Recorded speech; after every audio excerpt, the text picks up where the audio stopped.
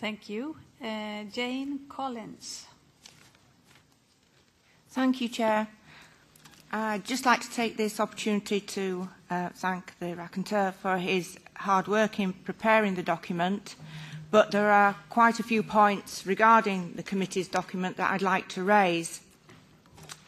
Probably the most staggering thing which jumped out at me was paragraph 12 and the pledge by Mr Juncker to spend a whopping 300 billion euros.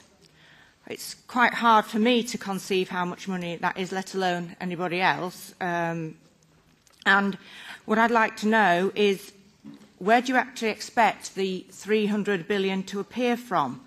I mean, it just doesn't grow on trees. It might do in the European Parliament, but no, it's got to come from taxpayers' families who are struggling to pay the bills, the elderly who are trying to make ends meet with their pensions and paying their fuel bills, and just ordinary people who are struggling to support their families. But that all sums up the EU bureaucrats that actually nobody in the real world voted for, and they are wasting billions of pounds, and there isn't a tangible plan for it, which even this committee points out. Paragraph 18, you call for the boosting of freedom of movement. By that you must mean open door immigration through the EURES website. Just this last year, the website advertised 800,000 British jobs to other EU countries.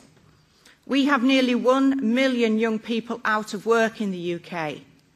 And you are saying we still need to make it easier for EU migrants to come over and find work in the UK. We need controlled immigration using the Australian point system and visas, not an open-door policy to benefits and jobs. Finally, I'd just like to highlight paragraph 19, basically calling for an EU minimum wage and stronger legislation to ensure the freedom of movement. This is what people across Europe, and especially in the UK, voted against in the recent elections. They voted for less EU spending, they voted for less EU legislation, and they voted for less EU powers and a controlled immigration system. But obviously, this committee hasn't learnt anything about that. Thank you.